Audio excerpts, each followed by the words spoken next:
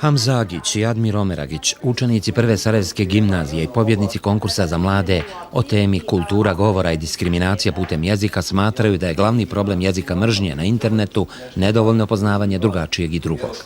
Mislim da mi mladi smo ti na čijim plećima u stvari će sutra ostati ova zemlja i mi smo ti koji trebamo povesti računa prije svega o verbalnom izražavanju koji u stvari može uzrok svih problema u našoj zemlji, počevši od nacionalizma pa do ostalih stvari. Iz razloga što nisu upoznati sa ovim problemom i vjerujem da bi svi trebali i u školi, pored osnovnih predmeta, da se posveti pažnja i temi diskriminacije. Jednostavno nisu osviješteni kao nešto što je uvredljivo i na kraju krajeva može se sankcionirati zakonom.